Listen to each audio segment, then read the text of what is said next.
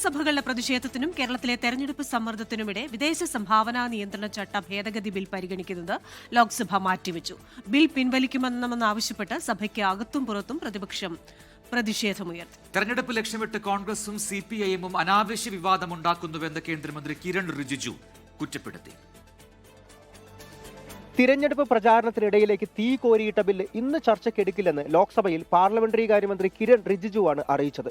കേരളത്തിലെ പ്രതിഷേധങ്ങൾ കണക്കിലെടുത്ത് കേരള BJP നേതാക്കൾ ഇന്നലെ വൈകി കേന്ദ്ര സഹായം തേടിയെന്ന സൂചനയുണ്ട്. ഇക്കാര്യം സ്പീക്കർ കേരളത്തിൽ നിന്നുള്ള പ്രതിപക്ഷ MPമാരെ അറിയിച്ചതായും റിപ്പോർട്ട്. കേന്ദ്ര സർക്കാർ ആരുടെയും അവകാശങ്ങൾ കവർന്നെടുക്കില്ല എന്നും വ്യാജ പ്രചാരണങ്ങൾ നടത്തരുത് എന്നും സഭയിൽ കിരൺ റിജിജു.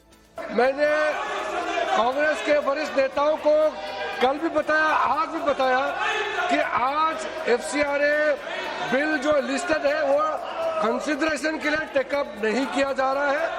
और दूसरी बात, FCRA को लेकर के गलत फहमी जो फैलाया गया है केरल में, ये ठीक बात नहीं है. കേരളത്തിലെ തിരഞ്ഞെടുപ്പ് പശ്ചാത്തലത്തിലെ ഭയം കൊണ്ടാണ് BJP നിലപാട് മാറ്റിയതെന്ന് പ്രതിപക്ഷം പരിഹസിച്ചു. FCRA നിയമ ഭേദഗതി സദുദ്ദേശപരമല്ല എന്നും മതന്യൂനപക്ഷ വിഭാഗങ്ങളുടെ താൽപ്പര്യങ്ങളെ തകർക്കാൻ വേണ്ടി ബോധപൂർവമായി ഉണ്ടാക്കിയിട്ടുള്ളതാണ് എന്ന ബോധ്യത്തിൻ്റെ അടിസ്ഥാനത്തിലാണ് അതിശക്തമായ പ്രതിഷേധം ഇന്ന് പാർലമെന്റിൽ ഉയർത്തിക്കൊണ്ടുവന്നത്. ഗവൺമെന്റിന്റെ ഭാഷയിൽ നിന്നും വാക്ഭാഷയിൽ നിന്നും ശരീരഭാഷയിൽ നിന്നും വളരെ വളരെ വ്യക്തമാണ് ഈ ബിൽ ഇതേപോലെ തന്നെ വരുന്ന സെഷനിൽ ഗവൺമെന്റ് നടപ്പാക്കും, പാസ്സാക്കും. കേന്ദ്ര സർക്കാർ തീരുമാനത്തെ സ്വാഗതം ചെയ്യുന്നതായി CBCI അറിയിച്ചു. It's a welcome step for us all. We welcome it, but we have to keep in mind it is postponed, it is not called back. So our struggle, our protest remains. We thank all the MPs.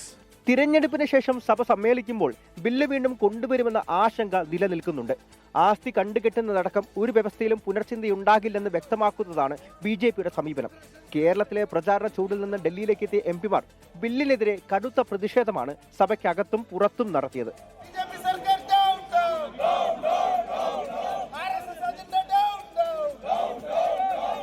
24 Delhi.